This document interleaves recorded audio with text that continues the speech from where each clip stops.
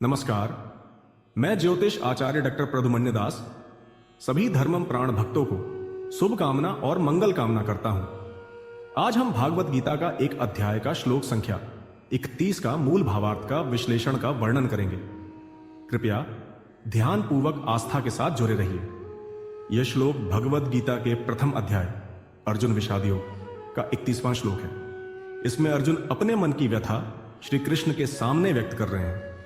श्लोक: निमित्तानि च पश्यामि विपरीतानि केशव न च श्रेयोनु पश्यामि हत्वा स्वजन महावे।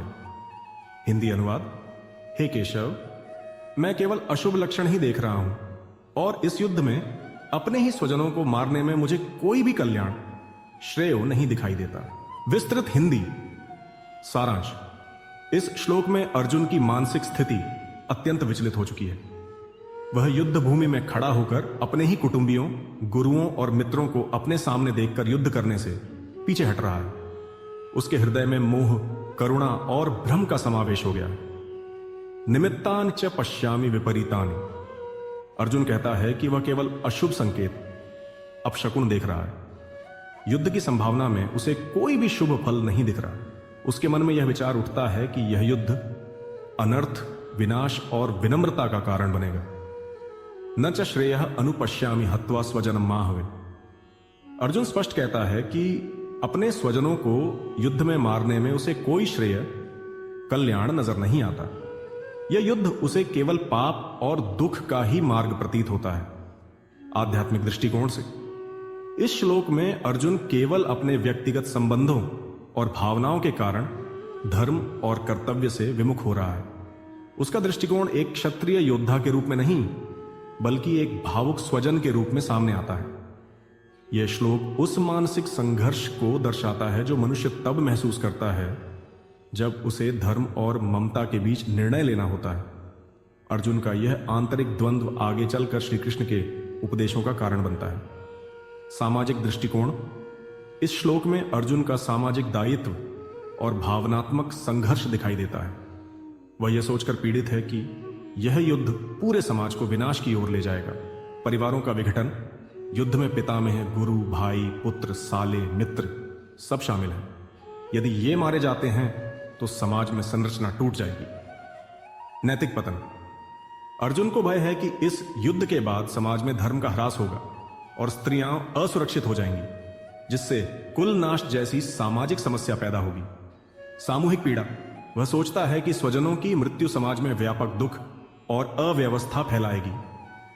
निष्कर्ष: इस श्लोक से यह शिक्षा मिलती है कि कोई भी सामाजिक निर्णय, विशेषकर हिंसात्मक निर्णय, केवल व्यक्तिगत लाभ के लिए नहीं लिया जाना चाहिए। सामाजिक हित सर्वोपरि होना चाहिए। व्यक्तिगत दृष्टिकोण: यह श्लोक अर्जुन के आंतरिक द्वंद्व और व्यक्तिगत भावनाओं को स्पष्ट करता है। ममता और मोह: अर्जुन अपने प्रियजनों के प्रति मोहवश अपने कर्तव्य से विमुख हो रहा है। आत्मिक शांति की तलाश: वह सोचता है कि युद्ध जीतने से आत्मिक सुख नहीं मिलेगा, बल्कि यह उसे और पीड़ा देगा। अंतर्द्वंद्व का प्रतीक: व्यक्ति जब अपने रिश्तों, कर्तव्यों और भावनाओं के बीच उलझ जाता है, तब वैसी ही स्थिति बनती है जैसी अर्जुन की है। निष्कर्ष: कभी कभी जीवन में हमें ऐसे निर्णय लेने पड़ते हैं जो दिल और धर्म के बीच संघर्ष उत्पन्न करते हैं। ऐसे समय में आत्मचिंतन और मार्गदर्शन आवश्यक होता है। नैतिक दृष्टिकोण: इस श्लोक में नैतिकता का गहरा भाव छिपा है। बनाम अधर्म: अर्जुन को युद्ध में धर्म अधर्म का भेद स्पष्ट नहीं दिख रहा है, क्योंकि सामने खड़े लोग उसके अपने हैं। हिंसा की नैतिकता: अर्जुन को लगता है कि अपने ही लोगों को मारना पाप है, भले ही वे अधर्मी ही क्यों ना हो। कर्तव्य के प्रति शंका: वह क्षत्रिय धर्म, राजधर्म का पालन करने से हिचकिचा रहा है, क्योंकि उसे लगता है कि यह कर्म नैतिक नहीं है। निष्कर्ष: यह श्लोक एक गहरी नैतिक उलझन को दर्शाता है। सही क्या है और गलत क्या, इसका निर्णय करना आसान नहीं होता। नैतिकता हमेशा स्थिर नहीं होती, वह परिस्थिति और दृष्टिकोण पर निर्भर करती है। उपसंहार: श्लोक का व्यापक भावार्थ: अर्जुन कहता है कि युद्ध की परिणति में किन्हीं भी सकारात्मक निमित्तों का अनुभव नहीं हो रहा, केवल विनाश के संकेत दिखाई दे रहे हैं। वह समझता है कि अपने साहचर्यों का वध करके न तो समाज का कल्याण होगा और न आत्मिक शांति, केवल पाप और अशांति का जन्म होगा। यह परिच्छेद गीता पाठकों को युद्धार्थ श्लोकों का परिकल्पित अर्थ, पाश्चात्य युद्ध कौशल प्रसंग तथा तत्कालिक दृष्टिकोण से जुड़ी जटिलताओं को समझने की भूमिका पर प्रकाश डालता है। अर्जुन की मनोस्थिति एवं आंतरिक द्वंद्व यह भाग, अर्जुन की ममता, द्वेष, भय और धर्मबोध के बीच का अंतर्द्वंद्व संवेगों का विश्लेषण करता है। अर्जुन का चिकित्सीय स्तर पर क्लेश, अवसाद और निर्णयहीनता की दशा पर विवरणात्मक टिप्पणी और मनोवैज्ञानिक विमर्श प्रस्तुत किया जाता है। नैतिक और आध्यात्मिक परिप्रेक्ष्य यह अनुभाग हिंसा के नैतिक पक्ष, जीव हत्या का कल्याण एवं पाप संबंधी चिंतन तथा आत्मा अमरता के दृष्टिकोण से कर्म का समाधान प्रस्तुत करता है। संक्षेप में, श्लोक से उपजने वाली आध्यात्मिक सीख को विस्तीर्ण रूप से उजागर किया जाता है। सामाजिक संरचना एवं दायित्व इस खंड में युद्ध के सामाजिक प्रभाव, कुल संरचना पर विनाशकारी परिणाम, परिवार व राजधर्म की स्थापना तथा समुदाय की स्थिरता की विवेचना की जाती है।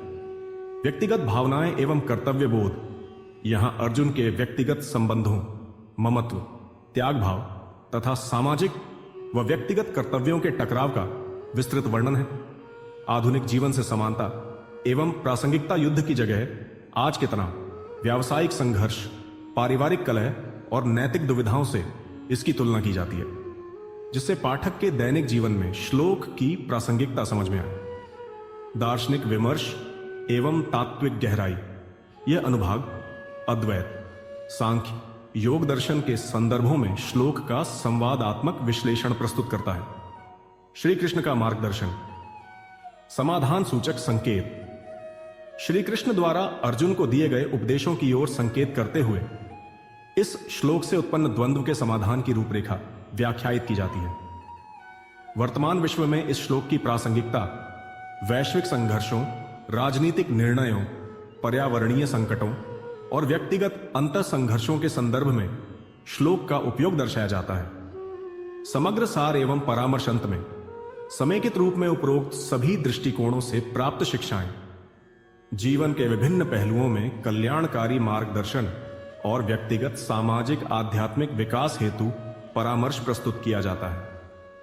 यह श्लोक एक व्यक्ति के भीतर चल रहे भावनात्मक, सामाजिक और नैतिक संघर्ष का सजीव चित्रण है।